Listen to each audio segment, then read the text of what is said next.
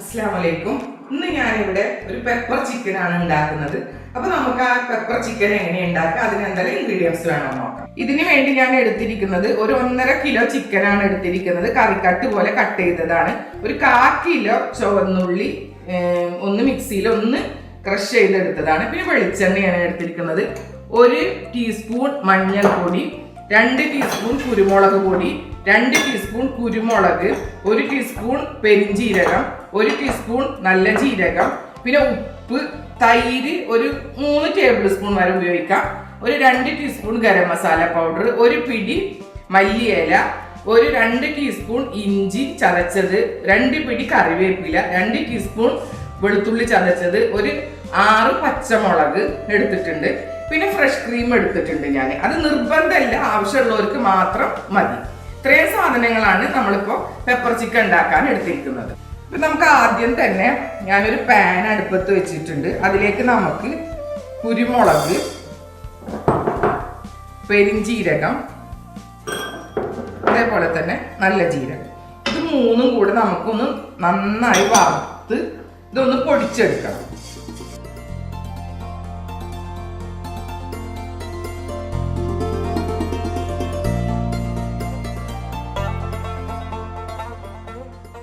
നമ്മുടെ കുരുമുളകും ജീരകമൊക്കെ നന്നായി പൊട്ടി വരുന്നുണ്ട്.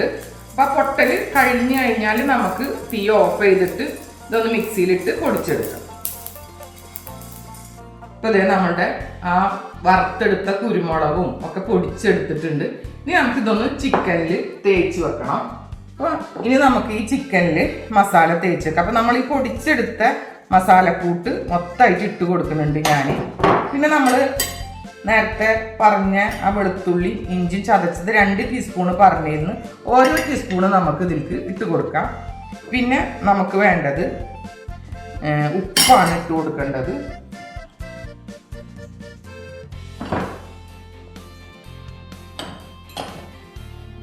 പിന്നെ നമുക്ക് കുറച്ച് തൈര് ചേർത്ത് കൊടുക്കാം. ഒരുപാട് ചേർക്കണ്ട, ചെറിയൊരു പുളി മാത്രം മതി. പിന്നെ ചിക്കൻ ഒന്ന് സോഫ്റ്റ് ആവാനും നല്ലതാണ്. ഇതിപ്പോൾ എൻ്റെ കയ്യിൽ പുളിയില്ലാത്ത തൈരായതുകൊണ്ടാണ് ഞാൻ ഇത്രയും ഇട്ട് കൊടുത്തത്. പിന്നെ നമുക്ക് ഈ മഞ്ഞൾപ്പൊടിയും കൂടി ഇട്ട് കൊടുക്കാം. എന്നിട്ട് ഇത് നന്നായിട്ട് മിക്സ് ചെയ്ത് വെക്കുക. ചിക്കൻ്റെ എല്ലാ ഭാഗത്തും നന്നായിട്ട് മസാല ആവണം. അപ്പോൾ നിങ്ങൾക്ക് തൈര് ഇഷ്ടമല്ലെങ്കിൽ തൈര് നമുക്ക് ഒഴിവാക്കി എടുക്കാം. തൈര് നിർബന്ധമുള്ളതല്ല, പക്ഷെ ചിക്കൻ ഒന്ന് നല്ല സോഫ്റ്റ് ആവാൻ വേണ്ടിയിട്ടാണ് നമ്മൾ തൈര് ചേർത്തത്. ഇത് എന്നിട്ട് ഒരു 2-3 മണിക്കൂർ നേരം ഒന്ന് റെസ്റ്റ് ചെയ്യാൻ വെക്കണം. എന്നിട്ട് വേണം കറി വെക്കാൻ.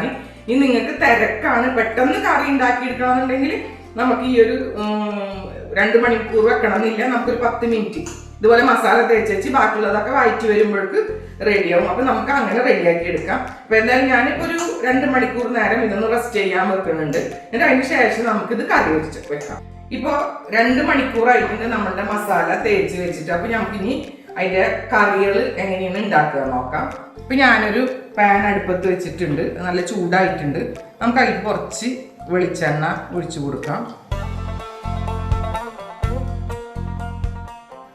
ഇനി നമുക്ക് അതിലേക്ക് ചുവന്നുള്ളി ഇട്ട് കൊടുക്കുക.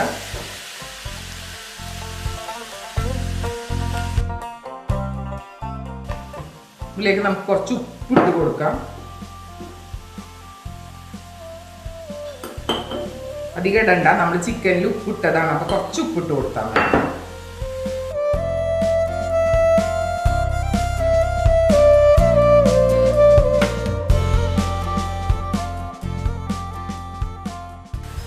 ഇനി നമുക്കിതിലേക്ക് മാറ്റി വെച്ചിരിക്കുന്ന ഈ വെളുത്തുള്ളി ചതച്ചത്, അതേപോലെ തന്നെ ഇഞ്ചി ചതച്ചതും കുറച്ച് കറിവേപ്പില ഇട്ട് കൊടുക്കാം.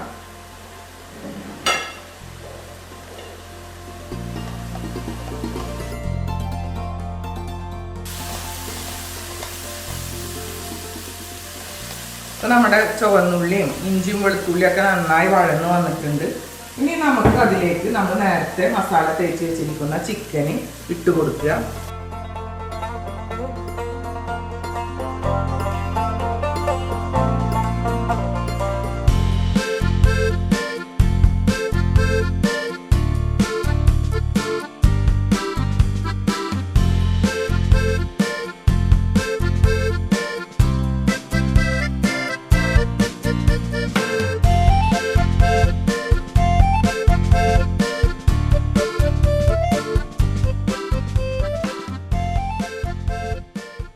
നേരത്തെ മാറ്റി വെച്ചിരിക്കുന്ന കുരുമുളകിൻ്റെ പൊടിയും കൂടെ ചേർത്ത് കൊടുക്കുന്നത്. ഇത് നന്നായിട്ട് മിക്സ് ചെയ്യുക.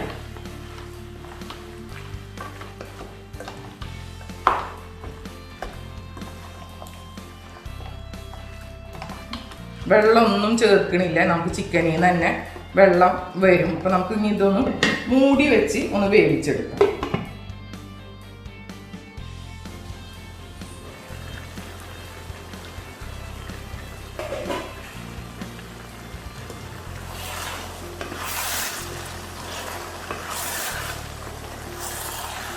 അപ്പോൾ കറി നന്നായിട്ട് തിളക്കുന്നുണ്ട്, അധികം വെള്ളമൊന്നും ഇല്ല.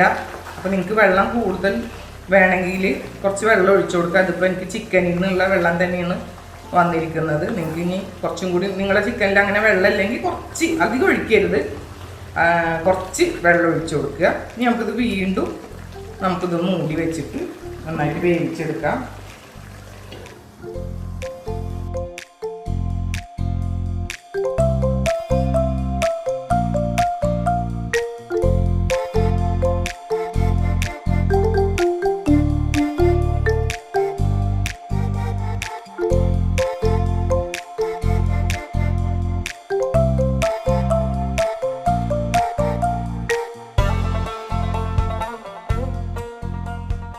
ഇപ്പോൾ നമ്മുടെ പെപ്പർ ചിക്കനൊക്കെ നന്നായി വെന്തിട്ടുണ്ട്.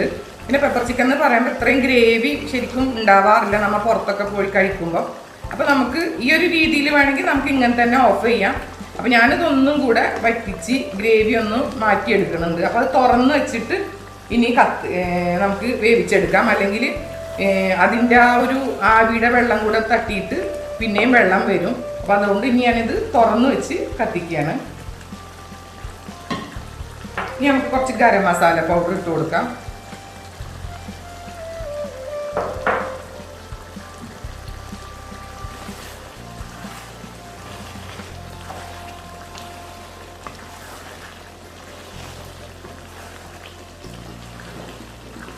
എരിവൊക്കെ നോക്കുക, നിങ്ങൾ കുറവാണെങ്കിൽ കുരുമുളകിൻ്റെ പൗഡർ ഇട്ട് കൊടുക്കാം.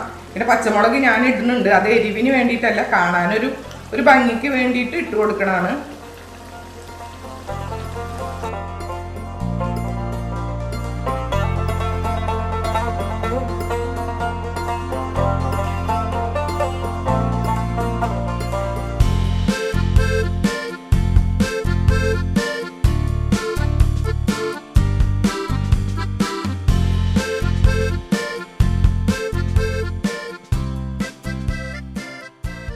ഇനി നമുക്ക് ഈ കറിയുടെ മേലേക്ക് ഈ പച്ചമുളക് ഒന്ന് ഇട്ട് കൊടുക്കാം. പച്ചമുളക് നിർബന്ധമുള്ളതല്ല, ഞാൻ കാണാനൊരു ഭംഗിക്ക് വേണ്ടിയിട്ട് ഇങ്ങനെ ഇട്ടുന്നേ ഉള്ളൂ. ഒരു ഗ്രീൻ കളറായിട്ട് ഇങ്ങനെ കിടക്കുമ്പോൾ കാണാനൊരു ഭംഗിയാണല്ലോ, അതിന് വേണ്ടിയിട്ട് അങ്ങനെ ഇട്ടതാണ്.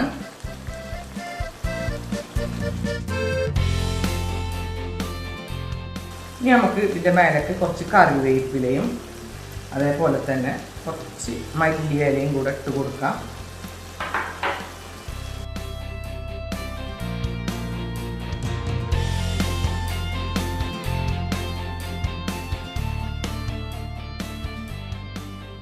നമ്മുടെ പെപ്പർ ചിക്കൻ റെഡി ആയിട്ടുണ്ട്. ഇനിയും ഗ്രേവി വേണ്ടാത്തവർക്ക് ഇനിയും വറ്റിച്ചെടുക്കാം.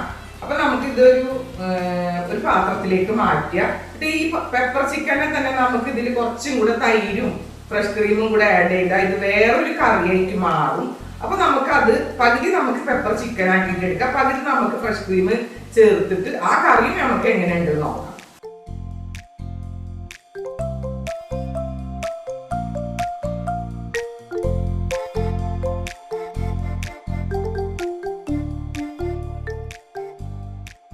അതെ, നമ്മുടെ പെപ്പർ ചിക്കൻ റെഡി ആയിട്ടുണ്ട്. ഇത് നമുക്കൊന്ന് മാറ്റി വെച്ചിട്ട് ബാക്കിയുള്ള കറി ഒന്ന് ഫ്രഷ് ക്രീമൊക്കെ ചേർത്ത് ഒന്ന് ശരിയാക്കിയെടുക്കാം. ഫ്രഷ് ക്രീം ചേർക്കാം.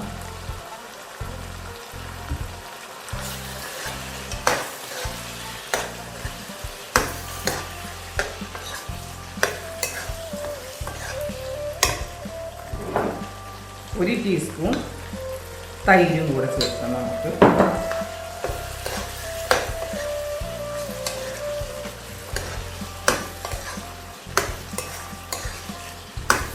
നന്നായിട്ട് തിളച്ചാൽ കറി റെഡിയായി. ഇത് വേറൊരു കറിയായിട്ട് നമുക്ക് എടുക്കാം. അപ്പം നമുക്ക് ഇനി ഇത് ഓഫ് ചെയ്യാം.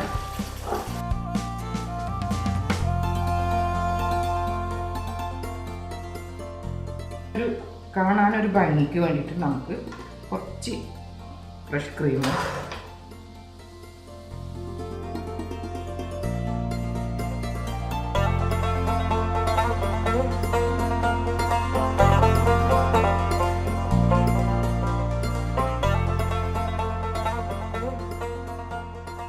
അപ്പോൾ നമ്മുടെ പെപ്പർ ചിക്കൻ റെഡി ആയിട്ടുണ്ട്.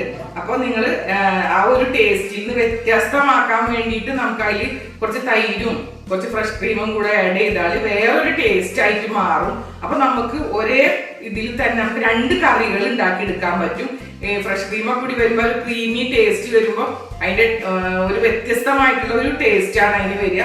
അപ്പോൾ 2 കറികളും നിങ്ങൾ ഒന്ന് ട്രൈ ചെയ്ത് നോക്കണം. പിന്നെ നിങ്ങൾ ആരെങ്കിലും എൻ്റെ ചാനൽ ആദ്യമായിട്ടാണ് കാണുന്നതെങ്കിൽ ഒന്ന് സബ്സ്ക്രൈബ് ചെയ്യുക. അതിൻ്റെ തൊട്ടടുത്തുള്ള ബെല്ലൈക്കണും കൂടെ അമർത്തുമ്പോൾ 3 ഓപ്ഷൻ വരും. അതിൽ ഓൾ എന്ന ഓപ്ഷൻ അമർത്തിയാൽ ഞാനിടുന്ന എല്ലാ വീഡിയോസും നിങ്ങൾക്ക് നോട്ടിഫിക്കേഷനായി വരുന്നതായിരിക്കും.